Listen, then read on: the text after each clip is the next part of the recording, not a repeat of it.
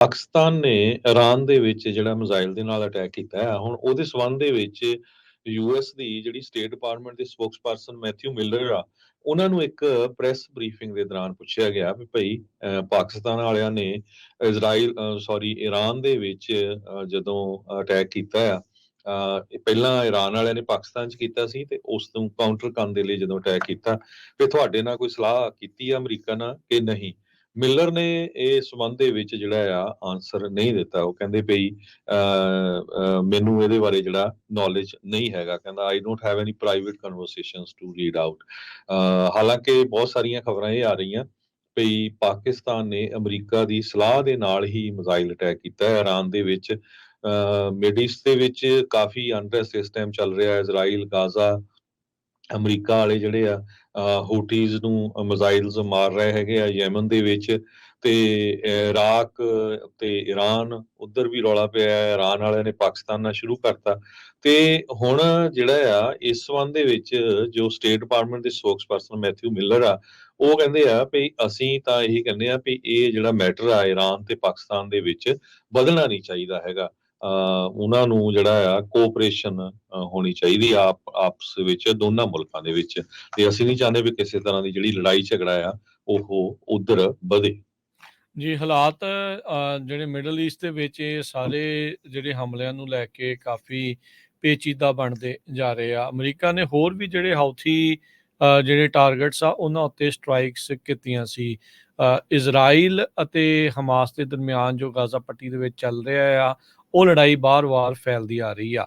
President Biden ਨੇ recently ਕਿਹਾ ਵੀ in fact ਜਿਹੜੇ ਐਂਟਨੀ ਬਲਿੰਕਨ ਆ ਉਹਨਾਂ ਨੇ ਵੀ ਇਸ ਚੀਜ਼ ਨੂੰ ਕਿਹਾ ਸੀਗਾ ਵੀ ਇਜ਼ਰਾਈਲ ਦਾ ਸਹੀ ਸਲਾਮਤ ਰਹਿਣ ਦੇ ਲਈ ਪੈਲਸਟੀਨ ਸਟੇਟ ਹੋਣ ਦਾ ਬਹੁਤ ਜ਼ਰੂਰੀ ਆ। ਇਜ਼ਰਾਈਲ ਨੇ, ਨੇਤਨਯਾਹੂ ਨੇ ਇਸ ਨੂੰ ਮੁੱਢੋਂ ਹੀ ਜਿਹੜਾ ਹੁਣ ਰੱਦ ਕਰ ਦਿੱਤਾ। ਕਹਿੰਦੇ ਨਹੀਂ ਜੀ ਨਹੀਂ, ਪੈਲਸਟੀਨ ਦੀ ਜਿਹੜੀ ਸਟੇਟ ਆ ਉਹ ਹੋ ਨਹੀਂ ਸਕਦੀ। ਸੋ ਹੁਣ ਅੱਗੇ ਦੇਖਣ ਵਾਲੀ ਗੱਲ ਰਹੂਗੀ ਵੀ ਮਸਲਾ ਕੀ ਬਣੂਗਾ। ਜਿਹੜੇ ਹਾਊਥੀਜ਼ ਆ ਉਹ ਗਾਜ਼ਾ ਵਾਲਿਆਂ ਦੀ ਹਮਾਇਤ ਦੇ ਕਰਕੇ ਉੱਥੇ ਲਾਲ ਸਾਗਰ ਦੇ ਵਿੱਚ ਹਮਲੇ ਲਗਾਤਾਰ ਕਮਰਸ਼ੀਅਲ ਵੈਸਲਸ ਦੇ ਉੱਤੇ ਕਰ ਰਹੇ ਆ, ਜਿਨ੍ਹਾਂ ਨੂੰ ਰੋਕਣ ਦੀ ਕੋਸ਼ਿਸ਼ ਅਮਰੀਕਾ ਤੇ ਉਹਨਾਂ ਦੇ ਨਾਲ ਜਿਹੜੇ ਸਾਥੀ ਮੁਲਕ ਨੇ ਉਹ ਉੱਥੇ ਕਰ ਰਹੇ ਆ। ਉਧਰ ਹੁਣ ਈਰਾਨ ਦੇ ਪਾਕਿਸਤਾਨ ਦੇ ਉੱਤੇ ਹਮਲਾ ਤੇ ਪਾਕਿਸਤਾਨ ਦੀ ਜਿਹੜੀ ਜਵਾਬੀ ਕਾਰਵਾਈ ਆ, ਇਹ ਪੂਰੇ ਮਾਹੌਲ ਨੂੰ ਅੰਤਰਰਾਸ਼ਟਰੀ ਪੱਧਰ ਦੇ ਉੱਤੇ ਬੜਾ ਪੇਚੀਦਾ ਤੇ ਸੰਵੇਦਨਸ਼ੀਲ ਬਣਾ ਰਹੀ ਆ ਵੀ ਅੱਗੇ ਬਣੂਗਾ ਕੀ। 2 ਸਾਲ ਢੁਕਣ ਨੂੰ ਆਏ ਨੇ। ਜਿਹੜੀ ਯੂਕਰੇਨ ਦੇ ਉੱਤੇ ਹਮਲਾ ਕੀਤਾ ਸੀਗਾ ਰੂਸ ਨੇ, ਉਹ ਅਜੇ ਤੱਕ ਲੜਾਈ ਖਤਮ ਨਹੀਂ ਹੋਈ ਤੇ ਹੋਰ ਲੜਾਈਆਂ ਦੀਆਂ ਸੰਭਾਵਨਾਵਾਂ ਜਿਹੜੀਆਂ ਇਸ ਟਾਈਮ ਵੱਧ ਰਹੀਆਂ ਹੈਗੀਆਂ ਆ। ਸੋ ਹਾਲਾਤ ਕਿੱਦਾਂ ਦੇ ਹੋਣਗੇ ਇਹ ਦੇਖਣ ਵਾਲੀ ਗੱਲ ਰਹੂਗੀ। ਉਧਰ ਨਾਰਥ ਕੋਰੀਆ ਉਹਨੇ ਅੱਜ ਇਹ ਦਾਅਵਾ ਕੀਤਾ ਹੈ ਵੀ ਉਹਨਾਂ ਨੇ under water nuclear attack drone ਆ ਉਸ ਨੂੰ ਟੈਸਟ ਕਰ ਲਿਆ ਆ। ਵੀ ਪਾਣੀ ਦੇ ਹੇਠਾਂ ਜਿਹੜਾ ਡਰੋਨ ਦੇ ਜ਼ਰੀਏ ਪਾਣੀ 'ਚ ਚੱਲਣ ਵਾਲਾ ਜਿਹੜਾ ਡਰੋਨ ਆ, ਜਿਸ ਦੀ ਨਿਊਕਲੀਅਰ ਕੈਪੇਬਿਲਿਟੀ ਆ, ਉਸ ਨੂੰ ਟੈਸਟ ਕੀਤਾ ਗਿਆ ਹੈਗਾ ਆ। ਕਹਿੰਦੇ ਵੀ ਇਹ ਪਾਣੀ ਦੇ ਵਿੱਚ ਇਹ ਡਰੋਨ ਨਿਊਕਲੀਅਰ ਕੈਪੇਬਿਲਿਟੀ ਵਾਲੇ ਜਿਹੜੇ ਬੰਬ ਜਾਂ ਧਮਾਕਾ ਗੈਸ ਸਮੱਗਰੀ ਆ ਉਹ ਲੈ ਕੇ ਜਿਹੜਾ ਉਹ ਜਾ ਸਕਦਾ ਆ।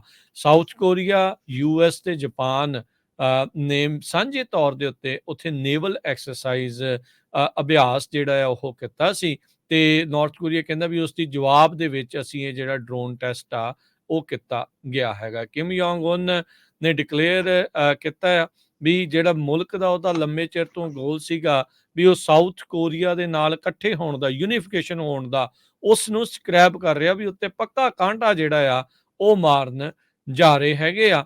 ਤੇ ਕਹਿੰਦੇ ਵੀ ਸਾਡਾ ਮੁਲਕ ਹੁਣ ਜਿਹੜਾ ਸੰਵਿਧਾਨ ਆ ਉਸ ਨੂੰ ਹੁਣ ਨਵੇਂ ਤੌਰ ਦੇ ਉੱਤੇ ਰੀਰਾਈਟ ਕਰਨ ਜਾ ਰਿਹਾ ਆ, ਜਿਸ ਵਿੱਚ ਸਾਊਥ ਕੋਰੀਆ ਉਹਨਾਂ ਦਾ ਜਿਹੜਾ ਗਵਾਂਢੀ ਮੁਲਕ ਆ ਉਹਨਾਂ ਨੂੰ ਹੌਸਟਾਈਲ ਫੋਰਨ ਐਡਵਰਸਰੀ ਦੇ ਤੌਰ ਦੇ ਉੱਤੇ ਘੋਸ਼ਿਤ ਕਰੂਗਾ।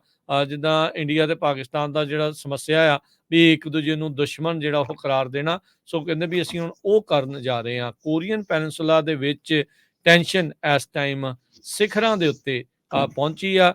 ਕਿਮ ਯੋਂਗ ਉਨ ਨੇ ਪਿਛਲੇ ਸਾਲਾਂ ਦੇ ਵਿੱਚ ਬਹੁਤ ਸਾਰੇ ਜਿਹੜੇ ਮਿਜ਼ਾਈਲ ਟੈਸਟ ਆ ਉਹ ਕੀਤੇ ਆ, ਤੇ ਹੁਣ ਨਿਊਕਲੀਅਰ ਕੌਨਫਲਿਕਟ ਦਾ ਉਹ ਧਮਕੀਆਂ ਆ ਦੇ ਰਿਹਾ ਆ ਆਪਣੇ ਅਮਰੀਕੀ ਤੇ ਜਿਹੜੇ ਏਸ਼ੀਅਨ ਉਸਦੇ ਐਲਾਈਜ਼ ਆ ਉਹਨਾਂ ਦੇ ਨਾਲ। ਸੋ ਹਾਲਾਤ ਦੁਨੀਆ ਭਰ ਦੇ ਵਿੱਚ, ਹਰਜੋਤ ਸਿੰਘ ਜੀ, ਇਦਾਂ ਦੇ ਤਣਾਅਪੂਰਨ ਜਿਹੜੇ ਉਹ ਬਣੇ ਪਏ ਆ। ਪਤਾ ਨਹੀਂ ਮਾਚਿਸ ਦੀ ਤੀਲੀ ਦੇ ਨਾਲ ਅੱਗ ਕਿੱਥੇ ਲੱਗ ਜਾਵੇ। ਆਲਰੇਡੀ 2 ਥਾਵਾਂ ਦੇ ਉੱਤੇ ਤਾਂ ਲੜਾਈ ਚੱਲ ਹੀ ਰਹੀ ਹੈਗੀ ਆ।